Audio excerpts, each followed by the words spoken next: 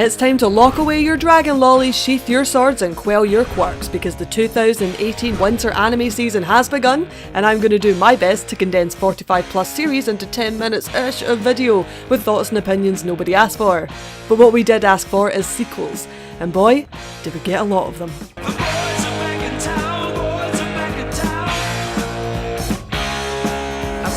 I'm not a devil! I'm Devilman! Hey, look who's back for the 12th-ish time. It's Devilman in Devilman Crybaby, the Netflix original that has a mature 18 plus rating and a grade A in general debauchery. It follows the life of Akira, who fuses with a demon to become Devilman, who has all the power of a demon but the heart of a human. Now where does the Crybaby part come from, you ask? You after watching episode 9, because this is a fantastically emotionally driven feast for the eyes that feels like a fresh awakening in the current anime sphere, but, and I stress this but, trust me when I say, it's not for everybody. Just like Cardcaptor Sakura. Did you like that segue from the most hypersexual, hyper-violent anime in recent years to the most kid-friendly anime of 2018? I'm wild. Okay, so hear me out here. The reason I say this is because it picks up where the series left off 20 years ago. Except they all have smartphones now because time is a construct, my friend, and boy, has time been kind to Sakura. It still feels like the same show from my childhood, but with sparkly new visuals. And that's the point here. It's a show from my childhood. It's not that kind to people who didn't grow up in the early 2000s. There's no explanation on what a card captor actually is, and the gorgeous reunion between Shauron and Sakura will probably mean nothing to you unless you watch the original 70 episode anime. Those goddamn bears. But I'm not so naive to be driven by my nostalgia. It is a genuinely brilliant show that really hits me with emotion. Which is a theme that seems to be running through the shows this season. Whether you're watching the second half of the Ancient Magnus Bride, which blends magic into a real world setting so believable that you'll ache as you partake in Chisei's journey. Or you're watching a hapless comedy show about school babysitters that actually cuts at your heartstrings. And how can a show about boys who love products made by the Hello Kitty company Sanrio make me feel like my heart will burst? Grandma's an anime man, they're my weakness.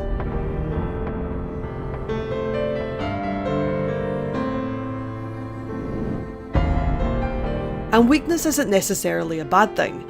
Take a look at Mari Tamaki from A Place Further Than the Universe. This anime follows Mari as she longs for adventure but is too scared to go on her journey alone. It's her fear from achieving her dreams that holds her back from her goals, and this is something I think a lot of us can relate to. The anime begins to explore friendship and the desire to be free and feel young, and there is a scene in particular in the second episode that left me literally trying to catch my breath. It is gloriously animated, genuinely funny, and even though the premise is them trying to get on board a ship to get to Antarctica, even though they're high school students, it still feels very believable. So much so that I want to get on board that ship with them, especially because... wait, is that a Yuri ship?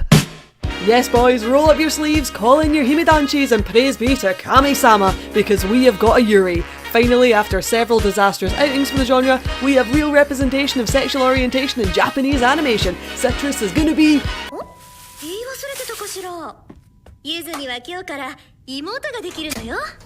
Oh, come on! But their stepsister's not related by blood, so it's fine. It's so fine. I'm so fine with this. You can't see my face right now, but I am absolutely fine with this anime.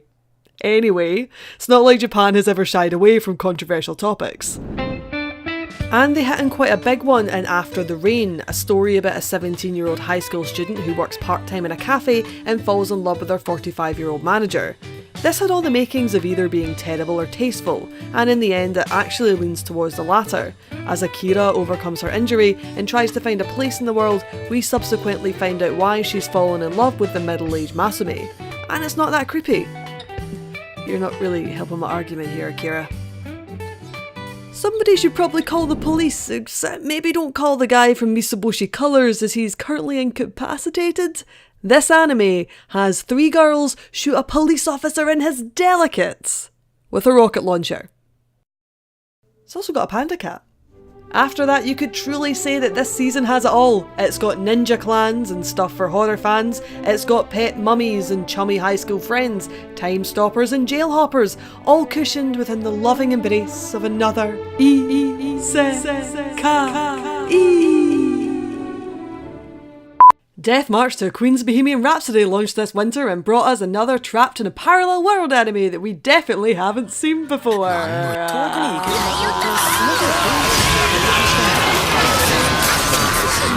Of course, if you're like me and can't stand another generic feeling isekai show, then there is some semblance of real fantasy this season, like Records of Grand Crest War, or the second half of Black Clover. Yes, I am still watching Black Clover, and no, I really don't know why either. And I tell you this with no exaggeration, it leaves me constantly disappointed. But I low-key enjoy myself every single week and will continue to watch it, even though the story, the characters, the soundtrack, the voice acting, the animation are not that special. But if you want to watch a stunning example of all of that, then look no further than Kyoto Anime's Violet Evergarden.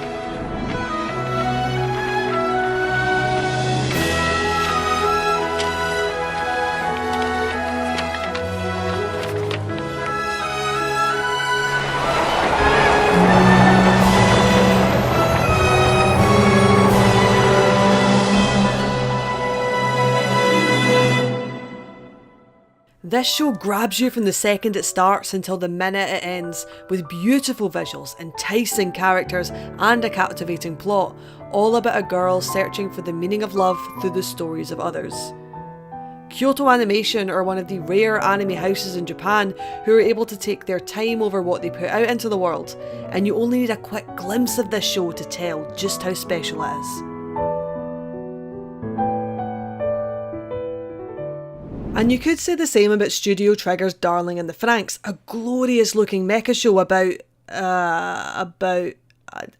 did she, and the handles, and do you know what? There comes a time in life where you just have to say there's too much fan service and I am out. There's nothing in the world that could redeem this anime.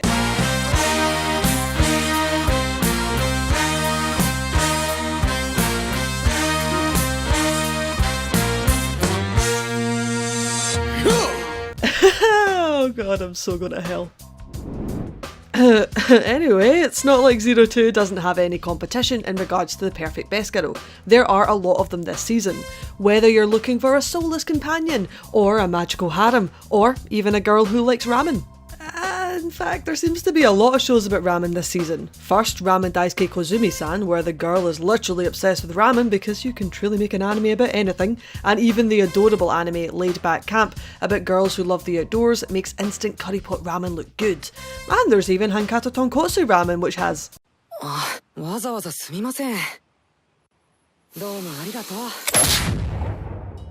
absolutely nothing to do with ramen. Wow, there really are a variety of shows this season. I guess anime really can be anything. It can be about katana-wielding high school girls or Japanese moomins. It can be 23 plus minutes of rest and relaxation, or 23 plus minutes of violence and desolation. It can bring you right back to your childhood, or transport you to a ridiculous fantasy land.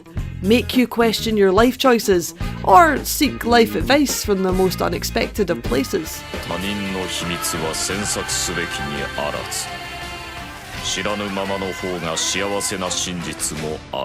What? Existential crisis koalas aside, there really is something for everyone. Something for me, something for you, something for your brother, your sister, and your mother too. This is the start of the anime year, so whether you're still watching the King of Pirates or the King of Shonen, still solving cases or still chasing dreams, or bidding farewell to old friends, it doesn't matter. I'm sure you'll find something to enjoy this season, and if what's been showcased in the winter is anything to go by, then this is going to be a fantastic year for anime. And if nothing else, it has brought us the greatest meme anime of all time.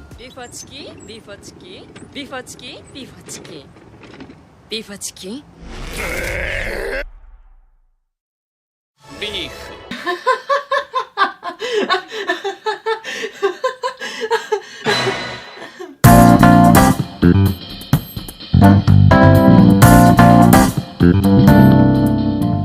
I have no idea what Pop Team Epic is either, but I absolutely love it. And if you love this video, check that segue, I'm fantastic at them clearly. If you love this video, please make sure you share it on all of your social medias with your friends and enemies, and I will see you next time. We have got some very exciting stuff coming up for the channel this year, so I hope you subscribe and enjoy it and all that stuff. But yeah, Until next time, Johnny.